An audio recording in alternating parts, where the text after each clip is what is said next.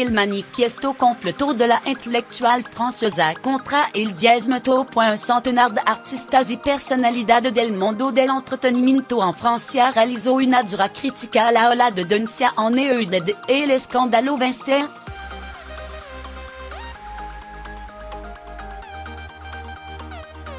La actrice Catherine Deneuve, la escritora Catherine Millet, la cantante Ingrid Caven, la cinéasta Brigitte Sy, la artista Gloria Friedman y la ilustradora Stephanie Black son algunas de la intelectual francesa más conocida que firmaron la declaración contra el movimiento diezmeto que se impulsó en EU para alentar a la víctima de agresión sexual en Toliwa da cagan su denuncia contra lo acosador.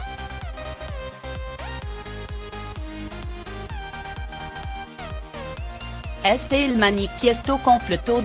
La violation est un crimen. Pero el coqueteo insistante au top no est un crimen, ni la galantería una agresión machista.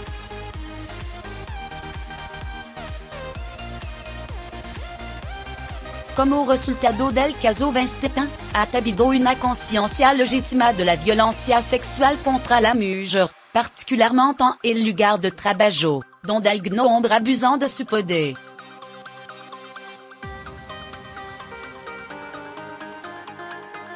El aire necesaria. Pero esta liberación de la palabra se convirtió en su opuesto, nos ordenant hablar, a silenciar lo que enoja, y aquello que se niegan a cumplir contra l'ordre se considerant traidora, complice.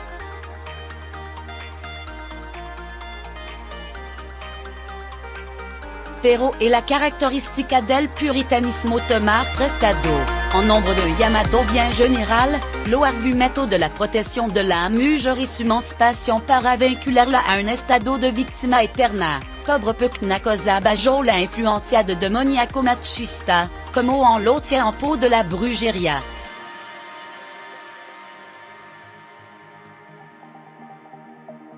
Supresión y acusación. De hecho, diezmeto ha provocado en la prensa y en la red social una campana de denuncia pública de personas que, sin tener la oportunidad de responder o defenderse, fueron puestas exactamente en el mismo nivel que lo delincuente sexual.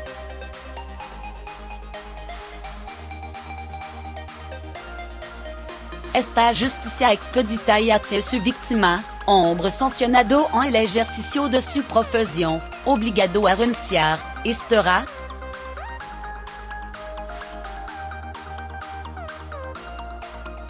Mientras que o solo se equivocaron al tocar una rodilla, tratar de robar un beso, hablar sobre cosa íntima en una cena de negocio, o enviar mensage sexuellement explícito a una mujer que no se sintió atraída por el otro.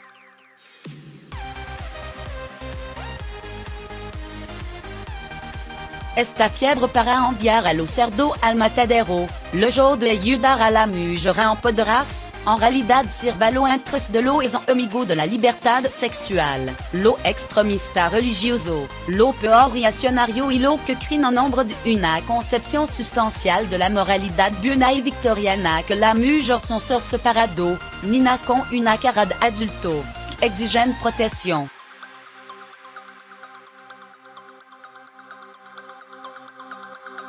Del otro lado, se convoca a lo hombre a encontrar, en lo más profundo de su conciencia retrospectiva, un comportamiento fuera de lugar que podrían haber tenido esos 10, 20 o 30 años, y del cual deberían arrepentirse.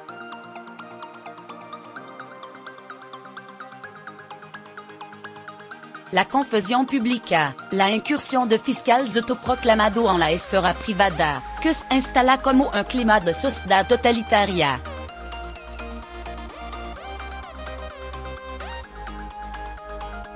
La ola purificadora paros no conoce ningún límite.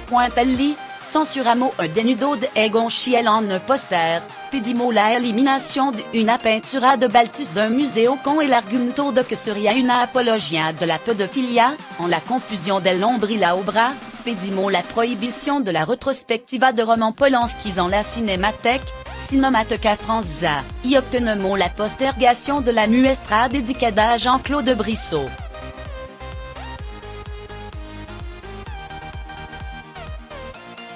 Una Academica considera que la pellicula de Michelangelo Antonioni Blu est misogyne et inacceptable.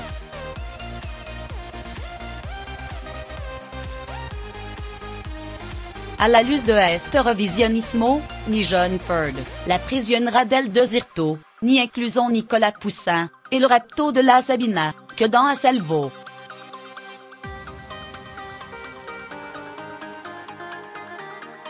Lo editoria piden que lo personage masculino somno sexista, hablemos de sexualidad y amor como no desproporción, o que garantismo que el trauma experimentado por lo personage femeninos más obvio.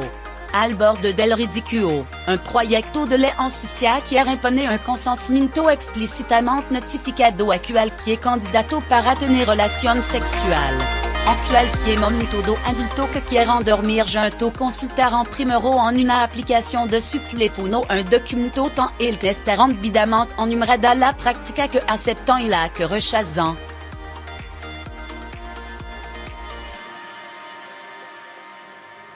La libertad indispensable para ofender. El filósofo ruenogien defendió una libertad de ofensa indispensable para la creación artística.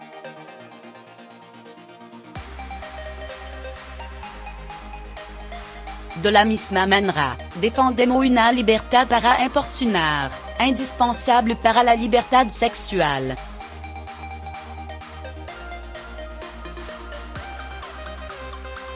Ahora estamos suficientemente advertida para admitir que el impulso sexual es por naturaleza ofensivo y salvaje, pero también somos lo suficientemente clarividentes como para no confundir el coqueteo top con el ataque sexual.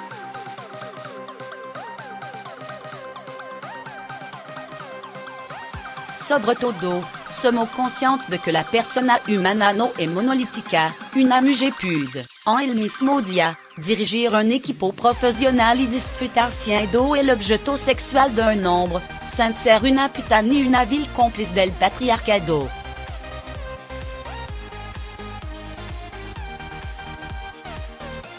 Puede aseguras de que su salario es igual al d'un hombre, pero no sentir traumatizada para siempre por manosidor en el metro, incluso si se considera un delito.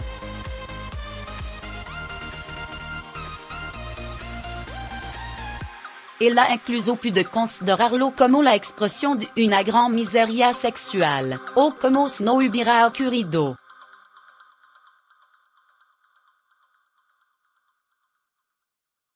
Como mujer, no nos reconocemos en este feminismo que, más allá de la denuncia de lo abuso de poder, toma el rostro del odio hacia lo hombre y la sexualidad.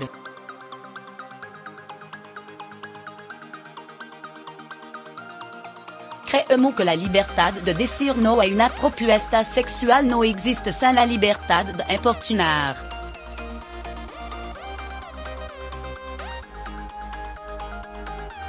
Y consideramos que debemos saber cómo responder a esta libertad para importunar de otra manera que en se rendant en el papel de la presa.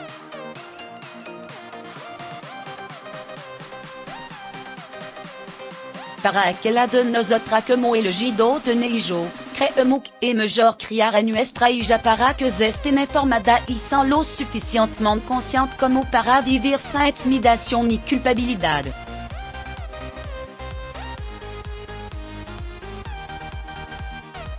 Lo incidente que pueden tener relación con el cuerpo de una mujer no necesariamente comprometen su dignidad no de ben, por muy difícil que sea, convertirla necesariamente en una víctima perpetua.